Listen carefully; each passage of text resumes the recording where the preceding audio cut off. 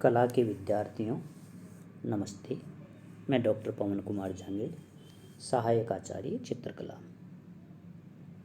हम लोग विश्व के महान चित्रकारों के जीवन एवं कृतित्व के बारे में अध्ययन कर रहे हैं। उसी क्रम को आगे बढ़ाते हुए आज हम एल ग्रेको के चित्रण की विशेषताएं एवं उनके चित्रों के बारे में चर्चा करेंगे।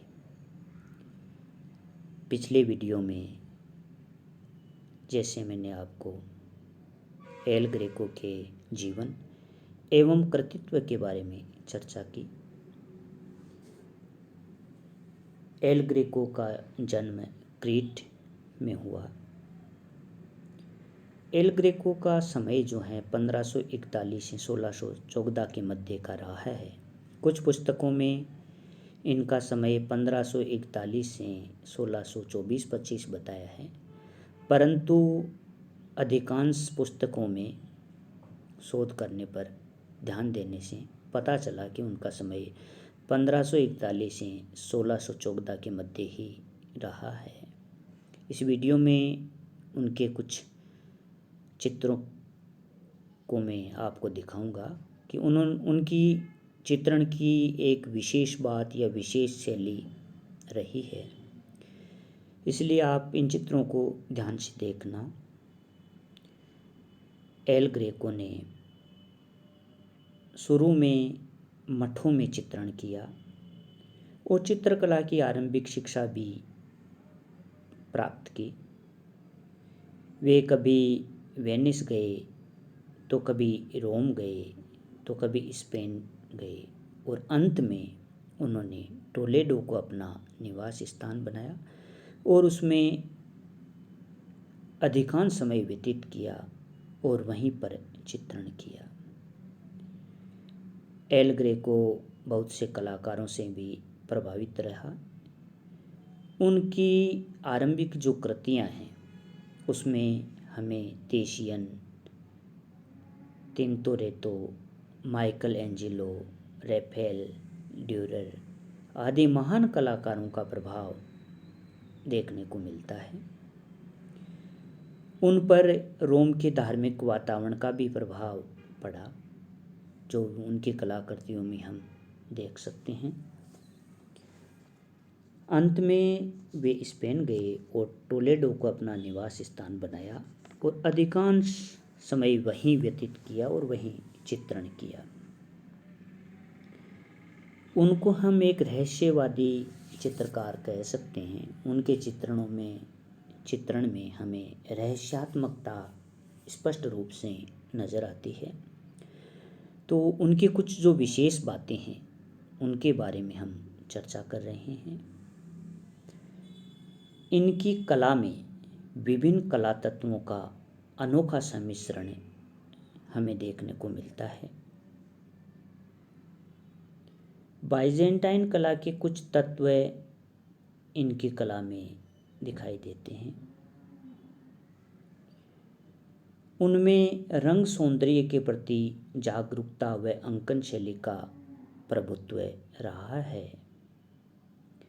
इसके साथ ही वे फ्लोरेंस व रोम के कलाकारों के समान आकारों को ठोस रूप में, ध्यान देना, आकारों को ठोस रूप में अंकित कर उनको अभिव्यक्ति सामर्थ्य भी प्रदान करते रहे हैं।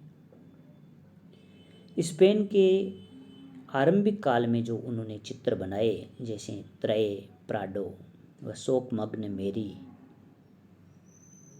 में उन्होंने जिस अंकन शैली का प्रयोग किया है, वह आकृतियों की जो शारीरिक सौष्ठव के साथ चित्रण किया है, वह उनकी कला पर हुए इटालियन कला के प्रभाव का प्रमाण माना जाता है।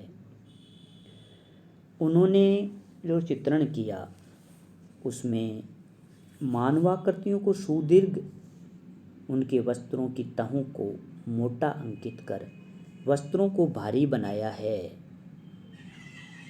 वह यह प्रभाव साधने के हेतु रंगों का पारदर्शी पतली परतों में प्रयोग इन्होंने किया है। पीछे वे काले कठोर बादलों से आच्छादित पृष्ठभूमि को चित्रित करते, जिससे पृष्ठभूमि भौतिक वायुमंडलीय गहराई के प्रभाव से मुक्त होकर उसमें अलौकिक सृष्टि का आभास हमें करवाती है। ऐसा चित्रण इनके इन चित्रों में हमें मिलता है। उनके जो अंतिमकालीन चित्रों में फिर भी उनके छात्रकालीन बाइजेंटाइन शैली की ओर आकर्षण का पुनः उद्भव देखा जा सकता है। यद्यपि उसे उन्होंने गतित्व व अभिव्यक्ति की सामर्थ्य बढ़ाने तक सीमित रखा। उनकी जो चित्रित आकृतियां हैं, आप इन चित्रों में देखिए, वो ऐंठनदार हैं। उनकी जो भंगिमाएं बनी हुई है, इन चित्रों में जो आकृतियों की जो भंगिमाएं बनी हुई है, प्रत्येक चित्र में आप देखिए, हाव भाव युक्त लगती है और नाटकीय भी लगती है, जो बरोक शैली के आगमन का हमें संकेत प्रदान करती है। उनके चित्र पंचाशती, ईसा का बपतिस्मा, रहस्य उद्घाटन की 5वीं मोहर, जो ये चित्र हैं, रहस्य उद्घाटन की 5वीं मोहर, इन चित्रों को देखने से पता चलता है कि उनकी कलाकृतियाँ समकालीन कलाकारों को इतना प्रक्षोभक क्यों लगती थी। कुछ कलाकार उनको पागल क्यों मानते थे। इन चित्रों को देखने से ऐसा लगता है। परंतु एल ग्रेको उस कालखंड के कलाकार है या रहे हैं जिस कालखंड ने अनेक रहस्यवादियों को जन्म दिया। वह संत टेरेसा व संत जॉन क्रूसधारी के समकालीन रहीं। इसलिए माना जाता है कि उनकी कला में रहस्यवाद का दृश्य रूप में प्रकटीकरण इसी कारण हुआ है। एल ग्रेको एक स्वतंत्र व्यक्तिगत स्वरूप की प्रेरणा के स्वप्नदर्शी कलाकार थे और उन्होंने दृश्य वास्तविकता से केवल उतना ही अपना लिया जो उन्हें अपनी काल्पनिक प्रतिमाओं को चित्रित कर अभिव्यंजक बनाने में सहायक लगी। जबकि अन्य धार्मिक विषयों के स्पेनिश चित्रकारों ने धार्मिक विषयों को भी वास्तविक रूपों का जामा पहनाकर चित्र रूप में प्रस्तुत किया। रहस्यवादी दृष्टिकोण के कारण या रहस्यवादी दृष्टिकोण के कलाकार होते हुए एल ग्रेको ने कुछ श्रेष्ठ दर्जे के व्यक्ति चित्र भी बनाए हैं। जैसे ये कुछ व्यक्ति चित्र आप इसमें देख सकते हो। वैसे प्रमुख रूप से इनके चित्रों में रहस्यवाद हमें देखने को मिलता है। ये कुछ व्यक्ति चित्र आप इसमें देखो, ये एल ग्रेको के बनाए गए चित्र हैं।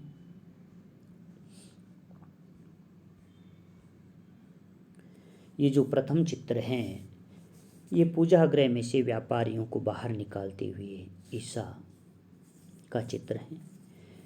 विषय के साथ साथ इस चित्र की जो रचना विधि है वह भी विशेष या महत्वपूर्ण है।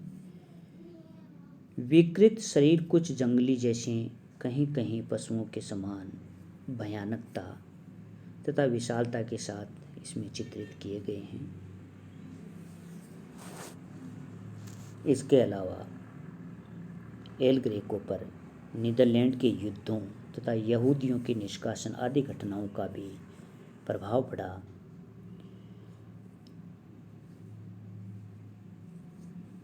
एल ग्रेको पर ईसाई संत इग्नेशियस के समकालीन आध्यात्मिक एवं संवेगात्मक अनुभूति के सिद्धांत का प्रभाव भी पड़ा, जिससे प्रेरित होकर उसने प्राय अन्य भड़कीले रंगों के विरोध में नीले रंग का प्रयोग किया और लंबी लंबी आकृतियों में स्नायुविक तनाव अंकित किया।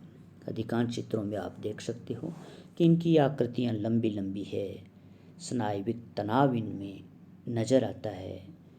इन सब में एल ग्रेको ने एक रहस्यात्मक अनुभव किया और इन चित्रण के माध्यम से इनके द्वारा पीड़ा को भी उन्होंने व्यक्त किया है।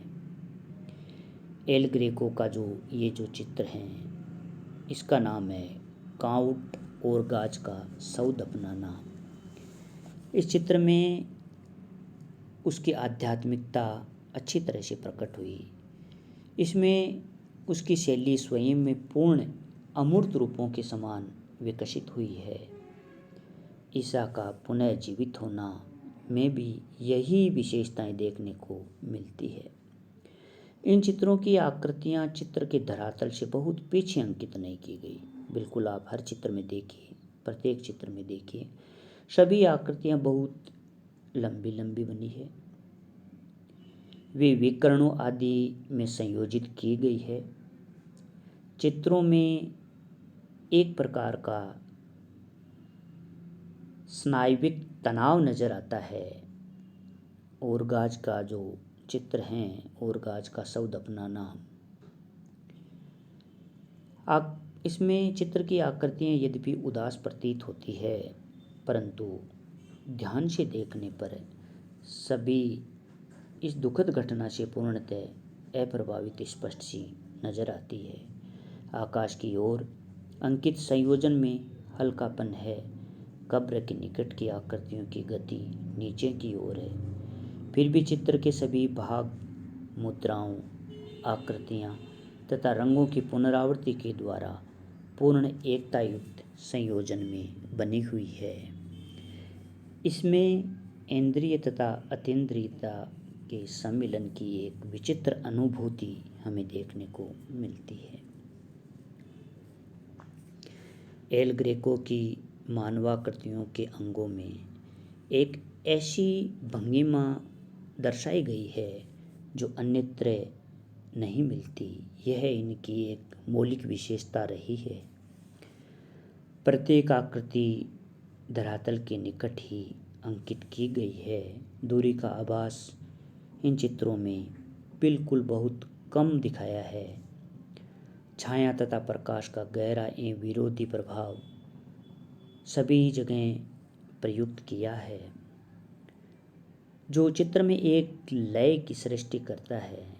इससे दर्शक का ध्यान शरीर रचना पर न जाकर आकृतियों के प्रभाव और आंतरिक भाव की अभिव्यक्ति पर ही पहुंचता है। सभी चित्रों में संगति एवं एकता देखने को मिलती है। सभी चित्र आप गौर से देखिए।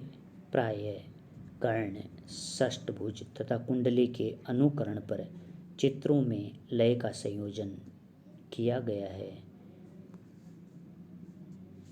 वैसे एल ग्रेको मोमबत्ती के प्रकाश में ही अधिकांश चित्रांकन करता रहा। यही कारण है कि उनके चित्रों की पृष्ठभूमि में प्राय रात्रि का आकाश चित्रित किया गया है। उसने जो टोलेडो का दृश्य बनाया, ये वाला, इसमें एक चट्टान पर बसे दुर्ग के समान एक इस नगर टोलेडो नगर के चारों ओर गहरी घाटियाँ इसमें दर्शाई हैं। चित्र में अनेक भवन, मनुष्य एवं सड़कें चित्रित की गई है। आकाश में आंधी जैसा प्रभाव इस चित्र में अंकित किया है। कोई इसे आंधी भरे दिन का दृश्य कहता है तो कोई इसे रात्रि का दृश्य कहता है। तो इन सभी चित्रों को देखने पर हमें लगता है कि जिस प्रकार एल ग्रेको का जीवन जिस प्रकार रहस्यात्मक है, उसी प्रकार ये सारे चित्र रहस्यपूर्ण लगते हैं। एक रहस्यपूर्ण सृष्टि का सृजन करते हैं। ये सारे चित्र एल ग्रेको के द्वारा बनाए गए।